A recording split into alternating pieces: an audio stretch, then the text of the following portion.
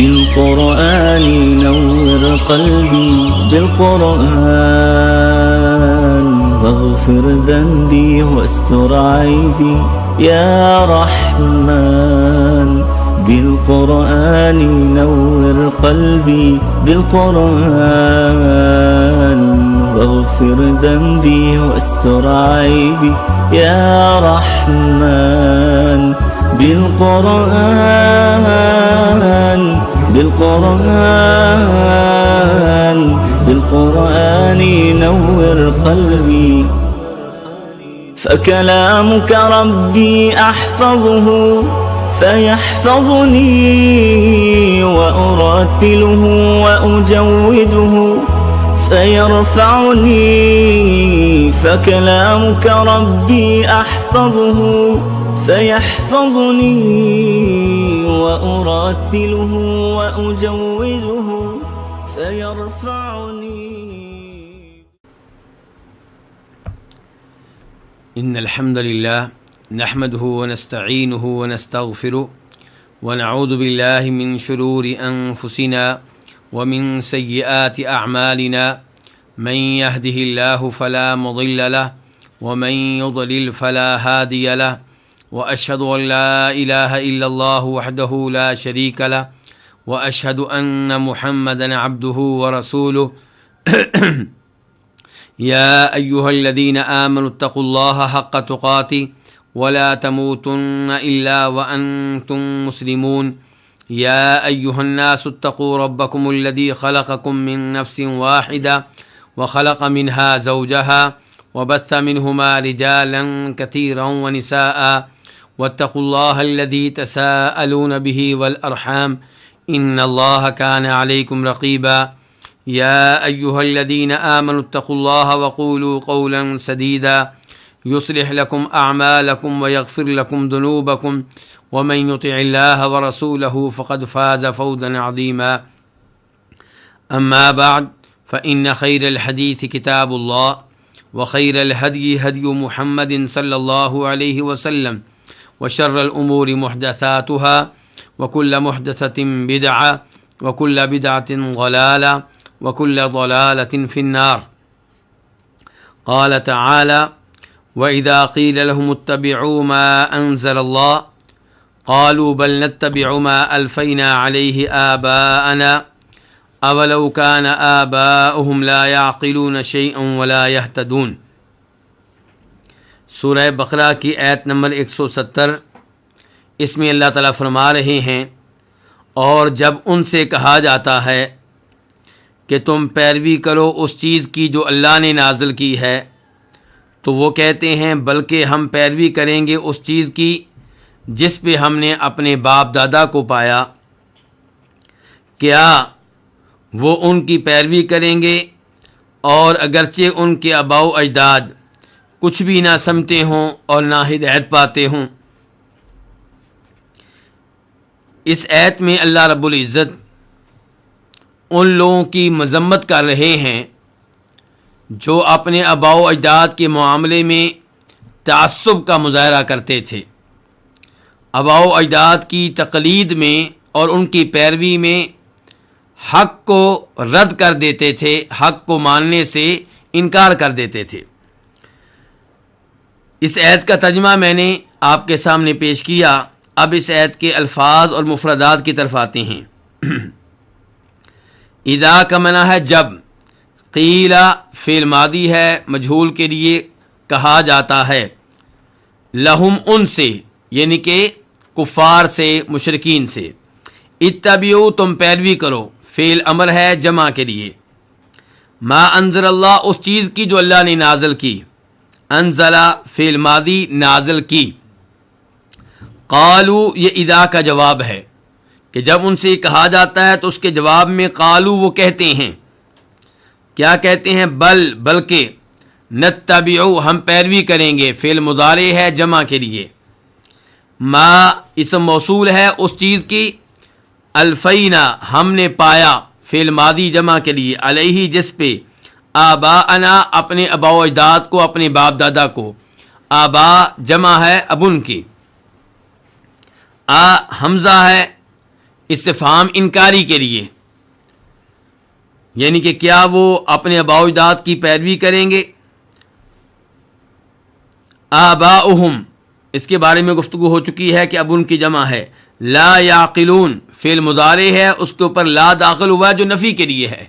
یعقلون فعل مضارع جمع کے لیے ہے، نہ سمجھتے ہوں، نہ عقل رکھتے ہوں. ولا یہتدون یہ بھی فعل مضارع ہے جمع کے لیے، اور نہ ہی ہدایت پاتے ہوں.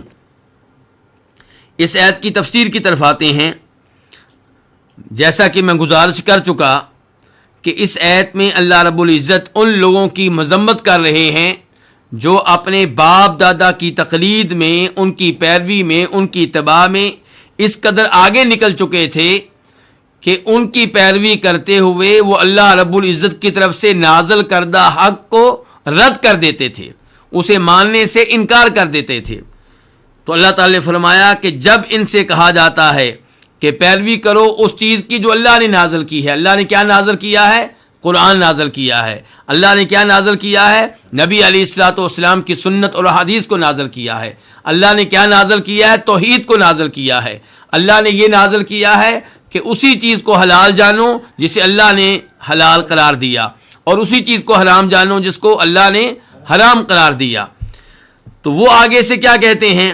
وہ کہتے ہیں کہ بلکہ ہم پیروی کریں گے اس چیز کی، اس دین کی جس پہ ہم نے اپنے باپ دادا کو پایا. باپ دادا کا دین کیا ہے؟ بتوں کو اللہ کا شریک بنانا. باپ دادا کا دین کیا ہے؟ کئی ایسے جانوروں کو اپنے اوپر حرام کر لینا جن کو اللہ رب العزت نے حرام قرار نہیں دیا. اولو کان آباؤہم لا یعقلون شیئا ولا یہتدون. تو اللہ رب العزت نے انہیں ڈانٹ پلائی، ان کے اوپر انکار کیا، اسی لیے حمزہ استفہام آیا ہے جو کہ انکار کے لیے ہے. اولو کان آباؤہم لا یعقلون شیئا ولا یہتدون، کہ کیا یہ لوگ اپنے باپ دادا کی اس شکل میں بھی پیروی کریں گے، اس شکل میں بھی تقلید کریں گے جب کہ وہ کچھ بھی نہ سمجھتے ہوں، انہیں دین کے کسی معاملے کا علم نہ ہو. ولا یہتدون، اور وہ حق کی طرف ہدایت پانے والے نہ ہوں. ان کے باپ دادا اگر سمجھدار ہوں، ہدایت پانے والے ہوں، اللہ کے دین کے اوپر ہوں، تو ان کی بات ماننا کچھ سمجھ میں آتا ہے. لیکن جب باپ دادا بالکل بے عقل ہوں دین کے معاملے میں اور راہ حق سے بھٹکے ہوئے ہوں، تب بھی ان کی پیروی کی جائے گی، تب بھی ان کی تقلید کی جائے گی. اللہ رب العزت نے بیان کیا کہ یہ تو بہت ہی باطل قسم کی بات ہے. اور یہاں پہ اللہ رب العزت مذمت کر رہے ہیں کافروں کی، مشرکین کی، جو باپ دادا کی تقلید میں بہت آگے نکل چکے تھے. اگر یہی کام مسلمان کریں تو یہ ایت ان کے اوپر بھی چسپاں ہوگی. مثال کے طور پہ کئی ایسے مسلمان ہیں جو اپنے بزرگوں، اپنے مسلک کی پیروی میں، تقلید میں، اتباع میں اس قدر آگے نکل جاتے ہیں کہ وہ قرآن کی آیتوں کو ماننے سے انکار کر دیتے ہیں، نبی علیہ الصلوۃ والسلام کی احادیث کو نظر انداز کر دیتے ہیں. اور آپ کی احادیث کو نظر انداز کرنے کے لیے انہوں نے مختلف ضابطے اور اصول بنائے ہوئے ہیں. کبھی کہہ دیں گے کہ یہ خبر واحد ہے اور ہمارے پاس جو اصول ہے وہ یقینی اصول ہے، وہ یقینی ضابطہ ہے. اور کبھی یہ کہیں گے کہ ہمارے جو بزرگ ہیں وہ ان احادیث کو بہتر سمجھنے والے ہیں. تو یہ سارے لوگ جو نبی علیہ الصلوۃ والسلام کی صحیح احادیث کو اپنے بزرگوں کی وجہ سے، اپنے بڑوں کی وجہ سے، اپنے مسلک کی وجہ سے رد کر دیتے ہیں، ان پہ بھی یہ ایت چسپاں ہوگی، اگرچہ بنیادی طور پہ یہ ایت کفار کے لیے ہے، مشرکین کے لیے ہے. اس کے بعد ایت نمبر 171 اللہ تعالیٰ فرماتے ہیں وَمَثَلُ الَّذِينَ كَفَرُوا كَمَثَلِ الَّذِي يَنْعِقُ بِمَا لَا يَسْمَعُ إِلَّا دُعَاءً وَنِدَاءً. اور ان لوگوں کی مثال جنہوں نے کفر کیا اس شخص کی مثال کی طرح ہے جو ان جانوروں کو آواز دیتا ہے جو پکار اور آواز کے علاوہ کچھ بھی سنتے نہیں ہیں. سمن، یہ لوگ بہرے ہیں، بکمن، گونگے ہیں، امیٌ، اندھے ہیں، فہم لا یعقلون، اس لیے وہ سمجھتے نہیں ہیں. مثل مثال کو کہتے ہیں، وصف کو کہتے ہیں، حالت کو کہتے ہیں. ان لوگوں کی مثال، ان لوگوں کا وصف، ان لوگوں کی حالت جنہوں نے کفر کیا. الذین اسم موصول ہے، الذی کی جمع ہے. کافروا جنہوں نے کفر کیا، فی الماضی ہے جمع کے لیے. کمثل الذی اس شخص کی مثال کی طرح ہے، ینعق بما لا یسمع. نعق ینعق یہ لفظ استعمال ہوتا ہے جانوروں کو، بکریوں کو آواز دینے کے لیے، انہیں ڈانٹنے کے لیے.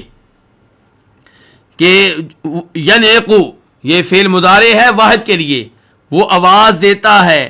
بما لا یسمع ان جانوروں کو جو سنتے نہیں ہیں. ما اسم موصول الذی کے معنی میں، لا یسمع فعل مضارع ہے واحد کے لیے، لا یسمع نہیں سنتا، اس کے اوپر لا نفی کے لیے داخل ہوا ہے. الا دعاء سوائے کس کے؟ پکار کے. و نداء اور آواز کے. دعا اور ندا میں کیا فرق ہے؟ دعا اور ندا میں ایک فرق یہ بیان کیا گیا ہے کہ دعا اس پکار کو کہتے ہیں جو پکار کسی خاص کے لیے ہو، کسی متعین کے لیے ہو. کسی کا نام لے کے آپ اسے پکاریں تو اسے کیا کہتے ہیں؟ دعا. اور ندا یہ عام پکار ہے، جب کسی کو متعین کیے بغیر، کسی کا نام لیے بغیر آپ آواز دیں تو اسے کیا کہتے ہیں؟ ندا. سمن یہ اسم کی جمع ہے. اسم کس کو کہتے ہیں؟ بہرے کو. اور سمن یہاں پہ خبر ہے، اس سے پہلے مبتدا محذوف ہے ہم سمن کہ یہ کیا ہے؟ بہرے ہیں. بکمن ابکم کی جمع ہے. ابکم کس کو کہتے ہیں؟ گونگے کو. عمیٌ اعمیٰ کی جمع ہے، کس کو کہتے ہیں؟ اندھے کو. فہم لا یعقلون اس لیے یہ نہیں سمجھتے. اب اس آیت کی تفسیر کی طرف آتے ہیں. اللہ رب العزت نے یہاں پہ ایک مثال بیان کی ہے، ایک تمثیل بیان کی ہے. سوال پیدا ہوتا ہے یہ تمثیل کس کے لیے ہے؟ اس کا مفہوم کیا ہے؟ اس کے دو مفہوم ہو سکتے ہیں. پہلا مفہوم یہ کہ اللہ رب العزت یہ کہہ رہے ہیں کہ یہ کافر جو اپنے آباء و اجداد کی تقلید کر رہے ہیں بغیر کسی دلیل کے، بغیر کسی حجت کے، عقل و شعور کا مظاہرہ کیے بغیر، یہ ان جانوروں کی طرح ہیں جو اپنے چرواہے کی آواز سن کر اس کے پیچھے لگ جاتے ہیں، اس کے پیچھے چل پڑتے ہیں اور انہیں اپنی منزل کا کچھ علم نہیں ہوتا، عقل و شعور سے محروم ہوتے ہیں. تو یہ کافر ان جانوروں کی طرح ہیں اپنے باپ دادا کی تقلید میں. اور دوسرے نمبر پہ اس مثال اور تمثیل کا مفہوم یہ ہو سکتا ہے کہ اللہ رب العزت بیان کر رہے ہیں کہ جو ایسے کافروں کو تبلیغ کرتا ہے، ان کو دعوت دیتا ہے، ان کو سمجھاتا ہے، ان کو راہ حق کی طرف بلاتا ہے، وہ اس چرواہے کی طرح ہے جو جانوروں کو سمجھانے کی کوشش کرے. تو کیا جانور سمجھتے ہیں چرواہے کی باتوں کو؟ بالکل نہیں سمجھتے. بس ان کو یہ پتا ہے کہ ایک آواز آئی ہے. عقل و شعور سے، ہدایت پانے سے وہ محروم ہیں. تو یہ دو طرح سے یہ مثال ہو سکتی ہے اور دونوں باتیں بالکل ٹھیک ہیں. تو فرمایا مثال ان لوگوں کی جنہوں نے کفر کیا اس شخص کی مثال کی طرح ہے جو ان جانوروں کو آواز دیتا ہے جو نہیں سنتے سوائے پکار اور آواز کے. سمن بکمن عمیٌ یہ کیا ہے؟ یہ بہرے ہیں. بہرے کس چیز سے ہیں؟ حالانکہ اللہ رب العزت نے ان کو سننے کی قوت دے رکھی ہے، اللہ پھر بھی ان کو کیا کہہ رہے ہیں؟ بہرے. تو کیا مطلب؟ حق بات سننے سے بہرے ہیں. سب کچھ سنتے ہیں لیکن حق بات نہیں سنتے، یعنی کہ وہ سننا جو ان کے لیے مفید ہو. اور بکمن کیا ہے؟ گونگے ہیں. ہر قسم کی گفتگو کرتے ہیں، شرک پہ مشتمل گفتگو کرتے ہیں، گناہوں پہ مشتمل گفتگو کرتے ہیں، لیکن حق بات بولنے کے لیے تیار نہیں ہے. عمیٌ اندھے ہیں. ان کو ہر چیز نظر آتی ہے لیکن نظر نہیں آتا تو حق کا راستہ نظر نہیں آتا. ان کو نظر نہیں آتی، حق کی بات نظر نہیں آتی. فہم لا یعقلون تو اس لیے وہ عقل نہیں کرتے. عقل کرنے کے لیے، سمجھنے کے لیے یہ ضروری ہے کہ آپ کے حواس خمسہ کام کرتے ہوں. آپ عقل تب کریں گے جب آپ کی بینائی کام کرے، جب آپ کی قوت سماعت کام کرے، اور جب آپ کی قوت گویائی کام کرے۔ تو جو آدمی سنتا نہیں ہے، دیکھتا نہیں ہے، وہ عقل کیسے کرے گا؟ تو اس لیے اللہ تعالیٰ نے فرمایا صم بکم عمی فہم لا یعقلون، کہ جب وہ حق بات کے لحاظ سے بہرے ہیں، حق بات کے لحاظ سے گونگے ہیں، حق بات کے لحاظ سے اندھے ہیں، فہم لا یعقلون، تو وہ عقل نہیں کرتے، وہ عقل نہیں پائیں گے۔ اس کے بعد آیت نمبر 172 اللہ تعالیٰ فرماتے ہیں یا ایھا الذین آمنوا کلوا من طیبات ما رزقناکم واشکروا للہ ان کنتم ایاہ تعبدون۔ اے وہ لوگو جو ایمان لائے ہیں، یعنی کہ اے ایمان والو، کلو تم کھاؤ، من طیبات ما رزقناکم ان عمدہ چیزوں میں سے جو ہم نے تمہیں عطا کی ہیں، جو ہم نے تمہیں دی ہیں، واشکروا للہ اور اللہ کا شکر ادا کرو، ان کنتم ایاہ تعبدون اگر تم خاص اسی کی عبادت کرتے ہو۔ اب ہم آتے ہیں اس آیت کے الفاظ اور مفردات کی طرف۔ الذین اسم موصول ہے اور یہ الذی کی جمع ہے۔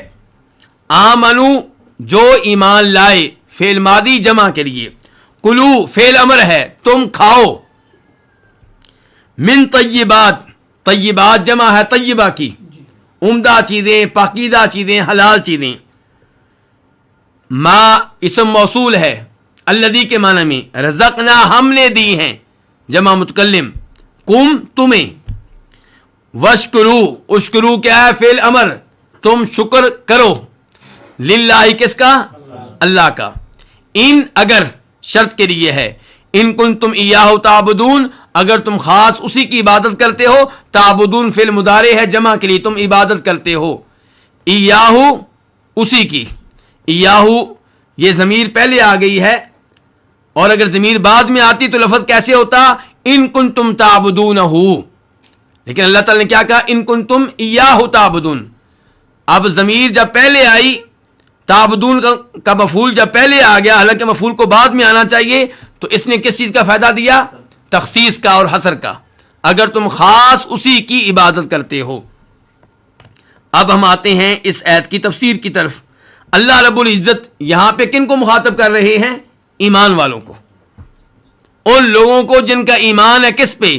اللہ پہ، اللہ کے رسولوں پہ، آسمانی کتابوں پہ اور فرشتوں پہ، روز آخرت پہ، تقدیر پہ۔ تو اللہ تعالیٰ ان ایمان والوں کو مخاطب کر کے ایک آرڈر دے رہے ہیں۔ اس کا مطلب یہ ہے کہ اگر تم واقعی مومن ہو تو تمہیں یہ آرڈر ماننا ہوگا، تمہارے ایمان کا تقاضا ہے کہ تم اس آرڈر کو مانو۔ اگر تم اس آرڈر کو نہیں مانتے، اس کا مطلب یہ ہے کہ تمہارا ایمان ناقص ہے، کمزور ہے، ویسا ایمان نہیں ہے جیسا ہونا چاہیے۔ اور اللہ تعالیٰ نے یہاں پہ ایمان والوں کو مخاطب کر کے کہا ہے کہ تم حلال کھاؤ، پاکیزہ چیزیں کھاؤ۔ یہی آرڈر اللہ تعالیٰ آیت نمبر 168 میں دے چکے ہیں، 168 میں دے چکے ہیں۔ وہاں پہ اللہ نے کس کو مخاطب کیا تھا؟ یا ایھا الناس، تمام لوگوں کو، اور یہاں پہ خصوصی طور پہ مخاطب کیا کن کو؟ ایمان والوں کو، اور کہا کہ اے ایمان والو، کلو تم کھاؤ ان پاکیزہ چیزوں میں سے جو ہم نے تمہیں دی ہیں۔ حلال رزق کھانا یہ نہایت ضروری ہے۔ جو حلال رزق کا اہتمام نہیں کرتا، حرام بھی کھاتا ہے، حرام بھی پیتا ہے، حرام بھی پہنتا ہے، اس کی دعائیں خطرے میں ہیں۔ کئی دفعہ انسان کی دعائیں اس لیے ریجیکٹ ہو جاتی ہیں کہ اس کا رزق حرام کا ہے، حلال کا نہیں ہے۔ چنانچہ امام مسلم رحمہ اللہ روایت کرتے ہیں نبی علیہ الصلوۃ والسلام سے کہ آپ نے ارشاد فرمایا ان اللہ طیب لا یقبل الا طیبا، اللہ تعالیٰ طیب ہیں، پاک ہیں، اور پاک ہی قبول کرتے ہیں، حرام قبول نہیں کرتے۔ اور اللہ تعالیٰ نے مومنوں کو ایک ایسی بات کا حکم دیا جس بات کا حکم اللہ نے اپنے خاص بندوں نبیوں رسولوں کو دیا. چنانچہ اللہ تعالیٰ نے اپنے رسولوں سے مخاطب ہو کے کہا یا ایھا الرسل کلوا من الطیبات واعملوا صالحا، کہ اے رسولو کھاؤ پاکیزہ چیزوں میں سے، حلال چیزوں میں سے، اور نیک اعمال بجا لاؤ. یہ سورہ مؤمنون ہے. اور اللہ تعالیٰ نے مومنوں کو حکم دیا یا ایھا الذین آمنوا کلوا من طیبات ما رزقناکم واشکروا للہ، کہ اے ایمان والو تم کھاؤ ان پاکیزہ چیزوں میں سے جو ہم نے تمہیں دی ہیں اور اللہ کا شکر ادا کرو. تو جو حکم اللہ نے رسولوں کو دیا وہی حکم اللہ تعالیٰ نے کن کو دیا؟ عام مومنوں کو دیا. پھر نبی علیہ الصلوۃ والسلام نے تذکرہ کیا ایک ایسے آدمی کا جو حالت سفر میں ہے، اور آپ سب جانتے ہیں کہ حالت سفر میں دعائیں قبول ہوتی ہیں. لیکن یہاں پہ نبی علیہ الصلوۃ والسلام نے ایک ایسے آدمی کا تذکرہ کیا جو حالت سفر میں ہے اور اس کے بال اڑے ہوئے ہیں، گرد و غبار سے اٹا ہوا ہے. مسافر بھی ہے، بال اس کے اڑے ہوئے ہیں، پراگندہ ہیں، اور گرد و غبار سے اٹا ہوا ہے. تو یہ ایسی حالت ہے جس حالت میں انسان کی دعا قبول ہوتی ہے. لیکن آپ نے فرمایا ایک ایسا آدمی جو حالت سفر میں ہے، بال اس کے پراگندہ ہیں، گرد و غبار سے اٹا ہوا ہے، اور اپنے رب کو پکار رہا ہے یا ربی یا ربی، ہاتھ اس نے آسمانوں کی طرف بلند کیے ہوئے ہیں، لیکن اس کے باوجود اس کی دعا قبول نہیں ہوتی. فرمایا کس لیے؟ کیونکہ جو کھانا کھاتا ہے وہ حرام کا، جو کچھ پیتا ہے وہ حرام کا، جو پہنتا ہے وہ حرام کا، اور حرام اس کے جسم میں سرایت کر چکا ہے. فرمایا اس لیے اس کی دعا کیسے قبول ہو؟ تو اس سے آپ اندازہ کر سکتے ہیں کہ حرام سے بچنے کی اور حلال کھانے کی کتنی اہمیت ہے. افسوس سے کہنا پڑتا ہے بہت سے لوگ اس معاملے میں کوئی پرواہ نہیں کرتے. وہ کہتے ہیں مال آنا چاہیے جہاں سے بھی آئے، چاہے سود کا ہو، چاہے چوری کا ہو، چاہے ڈاکے کا ہو، چاہے بہنوں اور بھائیوں کی وراثت پہ قبضے کا ہو. جبکہ اللہ تعالیٰ کیا کہہ رہے ہیں؟ اے ایمان والو تم کھاؤ ان پاکیزہ چیزوں میں سے جو ہم نے تمہیں دی ہیں، کمائی کے لحاظ سے بھی پاکیزہ اور ذاتی طور پہ بھی پاکیزہ.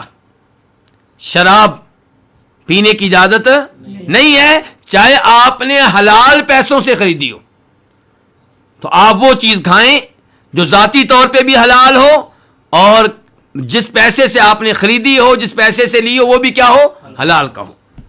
تو یا ایھا الذین آمنو، اے ایمان والو، کلو تم کھاؤ ان پاکیزہ چیزوں میں سے جو ہم نے تمہیں دی ہیں. یہ تمہارے ایمان کا تقاضا ہے، اور اگر تم حرام و حلال کا اہتمام نہیں کرتے اس کا مطلب یہ ہے کہ تم مومن نہیں ہو یا تمہارا ایمان ناقص ہے، کمزور ہے.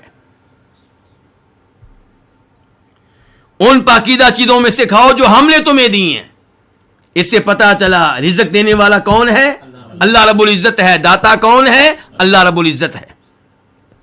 واشکروا للہ، اور تم اللہ کا شکر ادا کرو. نبیوں سے کیا کہا تھا؟ یا ایھا الرسل کلوا من الطیبات واعملوا صالحا، پاکیزہ چیزوں میں سے کھاؤ، حلال چیزوں میں سے کھاؤ اور نیک اعمال بجا لاؤ. اور مومنوں سے کیا کہا ہے؟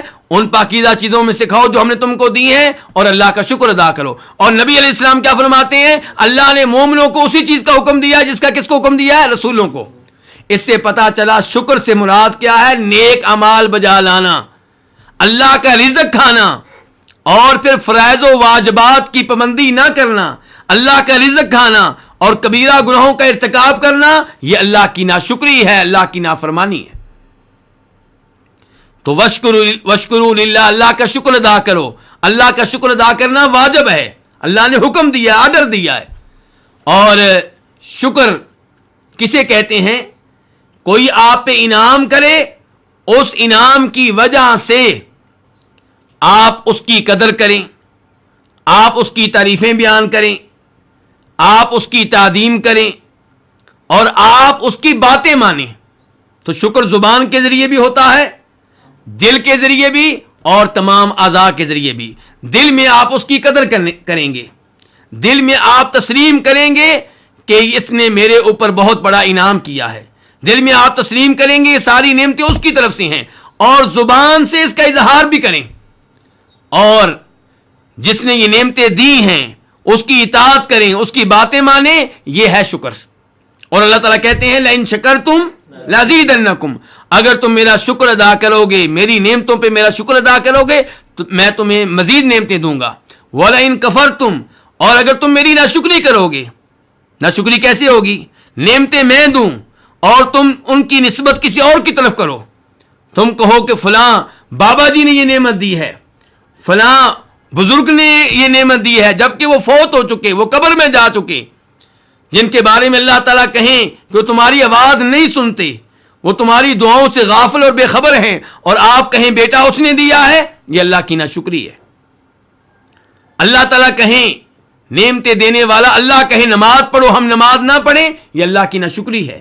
نعمتیں دینے والا رب کہے رمضان کے روزے رکھو ہم روزے نہ رکھیں، یہ اللہ کی کیا ہے؟ ناشکری ہے۔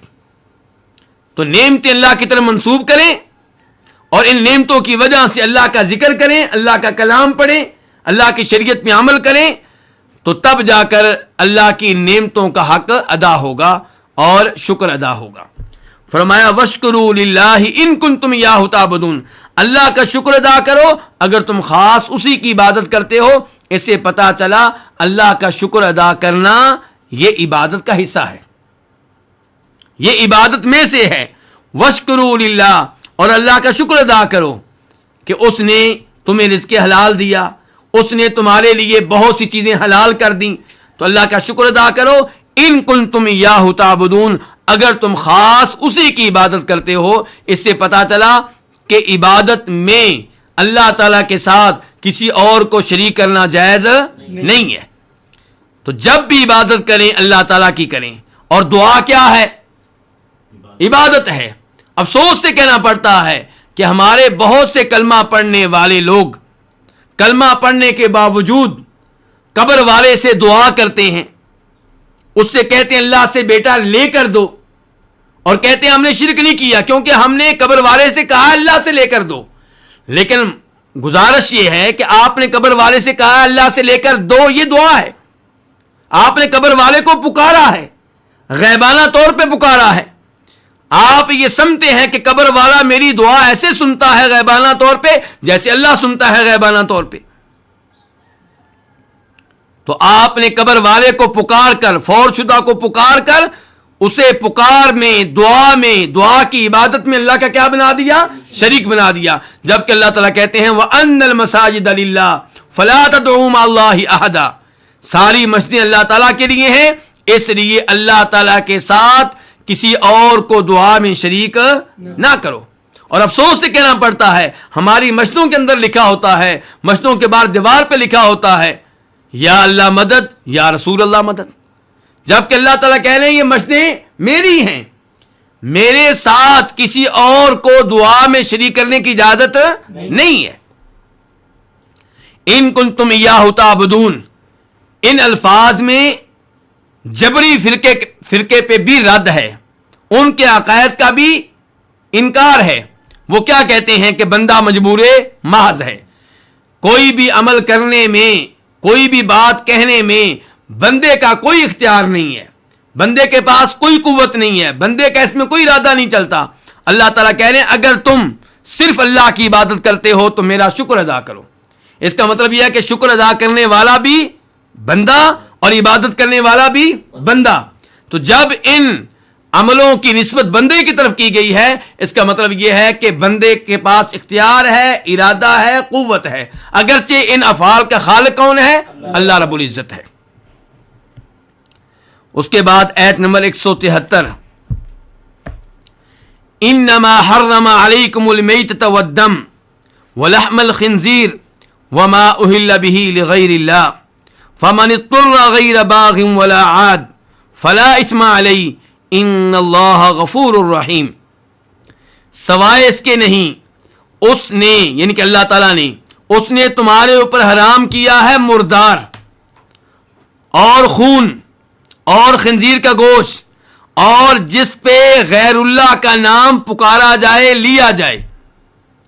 فَمَنِ اضْطُرَّ غَيْرَ بَاغٍ وَلَا عَادٍ فَلَا إِثْمَ عَلَيْهِ، پس جسے مجبور کر دیا جائے، جو مجبور ہو جائے، اس حال میں کہ وہ حرام طلب کرنے والا نہ ہو، اور نہ حد سے تجاوز کرنے والا ہو تو اس پہ کوئی گناہ نہیں ہے. یقیناً اللہ تعالی بہت بخشنے والا نہایت رحم کرنے والا ہے. انما یہ لفظ کس کے لیے آتا ہے؟ حصر کے لیے. حصر کا مطلب کیا ہے؟ انما یہ فائدہ دیتا ہے کہ جو چیز ذکر کی گئی ہے حکم صرف اسی کے لیے ہے، اور جو چیزیں مذکور نہیں ہیں ان کا حکم اس حکم سے مختلف ہے جو یہاں پہ بیان ہوا ہے. یعنی کہ انما حرم علیکم المیتۃ والدم ولحم الخنزیر، یعنی کہ تمہارے اوپر جو چیزیں حرام ہیں وہ کتنی ہیں؟ صرف 4 ہیں. حکم یہاں پہ کیا بیان ہوا تھا؟ حرام ہونے کا. تو حصر نے کیا فائدہ دیا کہ حرام چیزیں صرف 4 ہیں جو یہاں پہ ذکر کی گئی ہیں، اور جو یہاں پہ مذکور نہیں ہیں وہ سب کیا ہیں؟ حلال ہیں. بظاہر ان الفاظ سے یہی محسوس ہوتا ہے. حرم فعل ماضی واحد کے لیے، اس نے حرام کی، کس نے؟ اللہ نے. علیکم تمہارے اوپر، اللہ نے کیا حرام کیا تمہارے اوپر؟ المیتہ مردار. مردار کسے کہتے ہیں؟ ہر وہ جانور جسے شرعی طریقے سے ذبح نہ کیا گیا ہو. مثال کے طور پہ ایک جانور ذبح کیے بغیر اپنی موت آپ مر جاتا ہے تو وہ کیا ہے؟ مردار ہے، میتہ ہے. اور ایک جانور اسے ذبح کیا گیا لیکن ذبح کرنے والا کون ہے؟ کوئی پارسی، مجوسی، کوئی سکھ، کوئی ہندو، تو وہ جانور کیا ہے؟ وہ مردار ہے. والدم، دم کس کو کہتے ہیں؟ خون کو. اللہ نے خون بھی حرام قرار دیا ہے، لیکن خون سے مراد ہر خون نہیں ہے. کون سا خون ہے؟ بہنے والا خون. یہ بات ہم کہاں سے لے کر آئے؟ اللہ نے تو عام کہا ہے الدم، خون، اور ہم کہہ رہے ہیں مراد وہ خون ہے جو بہنے والا ہو. بہنے والا خون حرام ہے، دوسرا خون حرام نہیں ہے. تو اتنی بڑی بات ہم نے کہاں سے لی ہے؟ سورہ انعام سے. سورہ انعام میں اللہ تعالیٰ فرماتے ہیں قُلْ لَا أَجِدُ فِي مَا أُوحِيَ إِلَيَّ مُحَرَّمًا عَلَى طَاعِمٍ يَطْعَمُهُ إِلَّا أَن يَكُونَ مَيْتَةً أَوْ دَمًا مَسْفُوحًا أَوْ لَحْمَ خِنْزِيرٍ فَإِنَّهُ رِجْسٌ، کہ وہ وحی جو میری طرف آئی ہے، اللہ تعالیٰ اپنے نبی کو حکم دے رہے ہیں کہ آپ کہہ دیں کہ وہ وحی جو میری طرف آئی ہے اس وحی میں کسی کھانے والے پہ کسی چیز کو حرام نہیں پاتا سوائے اس چیز کے جو مردار ہو یا بہتا ہوا خون ہو. تو سورہ انعام کی اس آیت نے بتا دیا کہ جو خون حرام ہے وہ کون سا ہے؟ بہنے والا. اب وہ خون جو گوشت کے ساتھ تھوڑا بہت لگا ہوا ہے وہ حرام نہیں ہے. تیسرے نمبر پہ فرمایا وَلَحْمَ الْخِنْزِيرِ، اور خنزیر کا گوشت. خنزیر کا گوشت بھی حرام ہے. تو کیا خنزیر کے باقی اعضاء حلال ہیں؟ خنزیر کا گوشت یہ لفظ استعمال ہوتا ہے، مراد خنزیر کا پورا جسم ہوتا ہے. تو اس لیے خنزیر کا پورا جسم، اس کی چربی وغیرہ، اس کی ہڈیاں، سب کچھ کیا ہے؟ حرام ہے.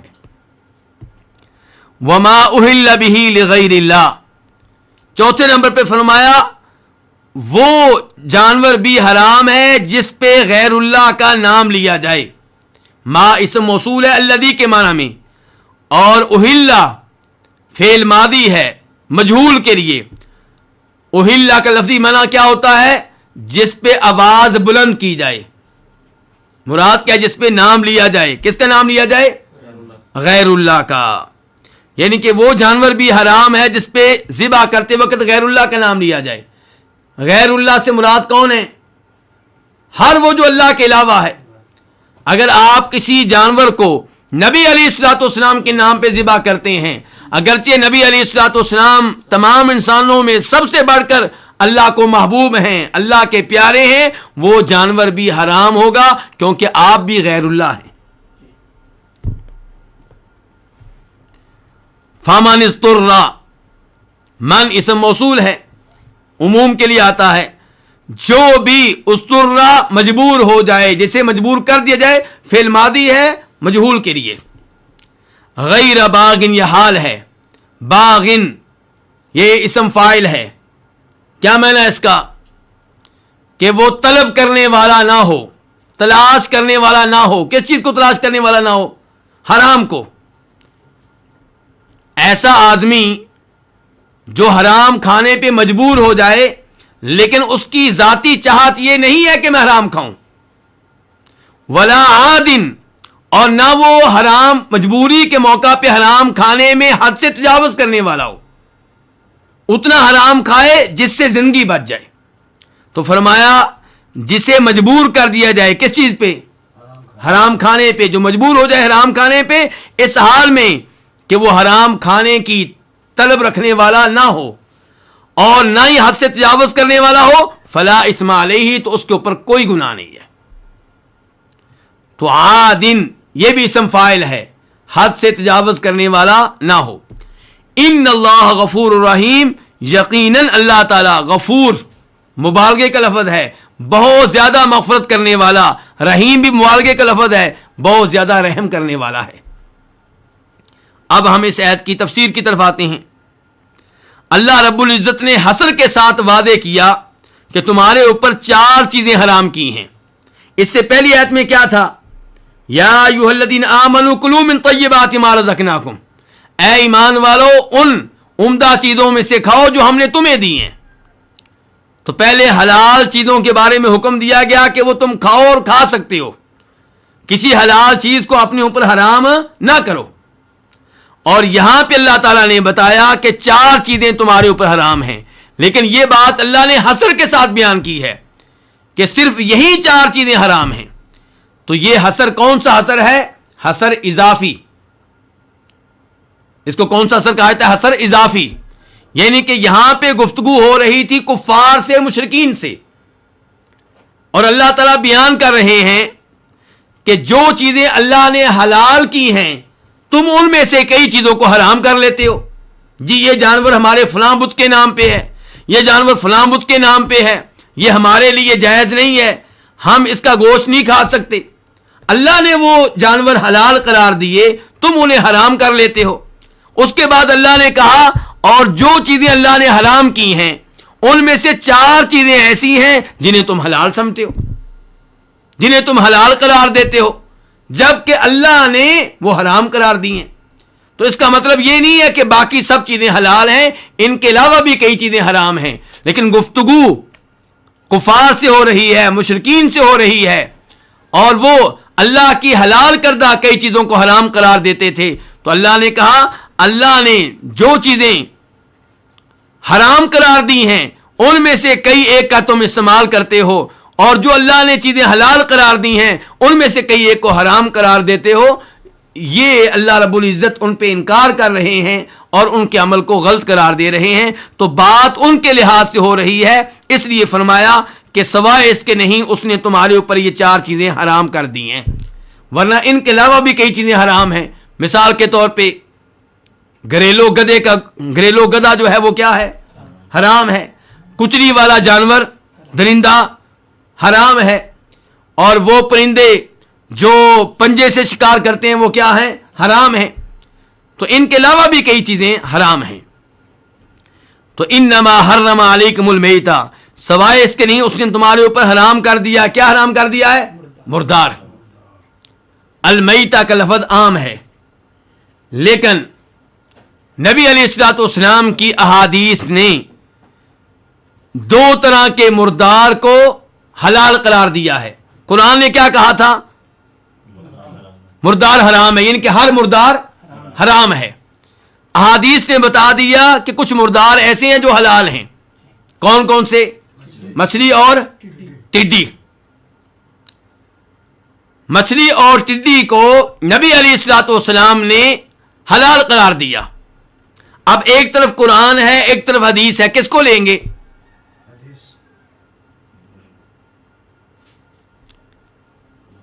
اسی لیے ہم کہتے ہیں کہ قرآن و حدیث میں عمل کے لحاظ سے، حجت ہونے کے لحاظ سے کوئی فرق نہیں ہے. ایک ہی وقت میں قرآن اور نبی علیہ الصلوۃ والسلام کی صحیح حدیث پہ عمل کیا جائے گا. قرآن کی وجہ سے حدیث کو رد کر دینا یا حدیث کی وجہ سے قرآن کو رد کر دینا یہ کیا ہے؟ غلط ہے. اور صحیح بات یہ ہے کہ قرآن و حدیث میں کبھی بھی ٹکراؤ نہیں ہوتا، کبھی بھی تضاد نہیں ہوتا. جہاں پہ ٹکراؤ محسوس ہو وہاں پہ آپ حدیث کو چیک کریں، ہو سکتا ہے وہ ضعیف ہو، جہاں پہ ٹکراؤ محسوس ہو سکتا ہے وہاں پہ حدیث کا معنی سمجھنے میں آپ کو غلطی لگ رہی ہو، ورنہ قرآن و حدیث میں حقیقی طور پہ ٹکراؤ اور تضاد نہیں ہوتا۔ قرآن نے ایک چیز کو عام قرار دیا، عمومی طور پہ حرام قرار دیا، اور نبی علیہ الصلوۃ والسلام نے دو چیزوں کو حلال قرار دیا، تو یہ کیا ہے؟ اس عموم سے تخصیص ہے۔ اور نبی علیہ الصلوۃ والسلام کی احادیث قرآن کریم کے عام کو خاص کرتی ہیں، قرآن کریم کے مطلق کو مقید کرتی ہیں، قرآن کریم کے اجمال کو واضح کرتی ہیں۔ افسوس سے کہنا پڑتا ہے کہ کئی لوگ کئی مقام پہ نبی علیہ الصلوۃ والسلام کی احادیث کو رد کر دیتے ہیں۔ کیوں؟ کیونکہ قرآن کے خلاف ہے۔ مثال کے طور پہ کہیں گے کہ نماز میں مغرب اور عشاء اور فجر کی جہری نمازوں میں امام کے پیچھے آپ فاتحہ نہیں پڑھ سکتے، بطور مقتدی آپ فاتحہ نہیں پڑھ سکتے۔ کیوں؟ کہتے ہیں کہ وہ حدیث جس میں یہ آیا ہے کہ فاتحہ کے بغیر نماز نہیں ہے، وہ قرآن کے خلاف ہے۔ قرآن کی کس آیت کے خلاف ہے؟ وَإِذَا قُرِئَ الْقُرْآنُ فَاسْتَمِعُوا لَهُ وَأَنصِتُوا لَعَلَّكُمْ تُرْحَمُونَ، کہ جب بھی قرآن کی تلاوت کی جائے غور سے سنو اور خاموش رہو تاکہ تمہارے اوپر رب کی رحمتیں نازل ہوں۔ تو پہلی گزارش یہ ہے کہ اس آیت اور اس حدیث میں کوئی تضاد نہیں ہے۔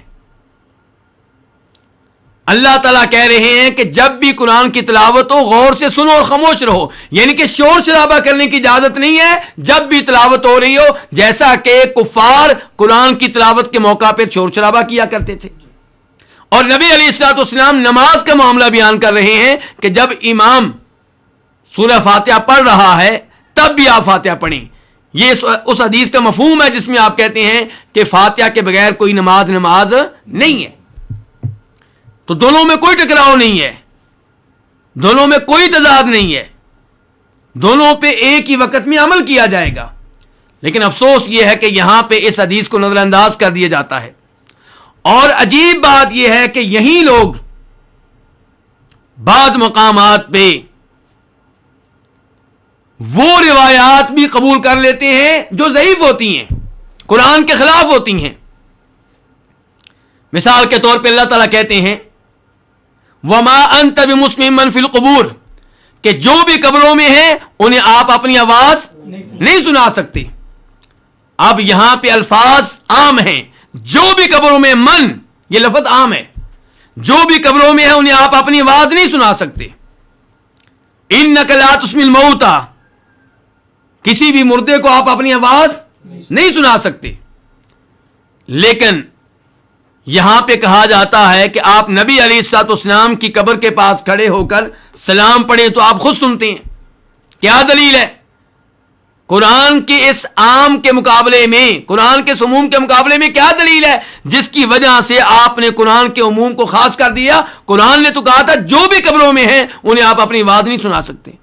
تو اس کے مقابلے میں وہ روایت پیش کریں گے جس کو علماء حدیث نے ضعیف قرار دیا، بلکہ کئی ایک نے من گھڑت قرار دیا کہ آپ کی قبر کے پاس کھڑے ہو کے سلام پڑھا جائے تو آپ خود سنتے ہیں۔ تو کہنے کا مطلب یہ ہے کہ صحیح بات یہ ہے کہ قرآن اور صحیح حدیث میں تضاد نہیں ہوتا، اور جہاں پہ تضاد محسوس ہو وہ تضاد ہماری کم عقلی کا نتیجہ ہے، حقیقت میں تضاد نہیں ہے۔ تو اللہ تعالی نے تمہارے اوپر مردار حرام قرار دیا ہے، لیکن مچھلی اور ٹڈی یہ مردار ہونے کے باوجود کیا ہے؟ حلال ہیں۔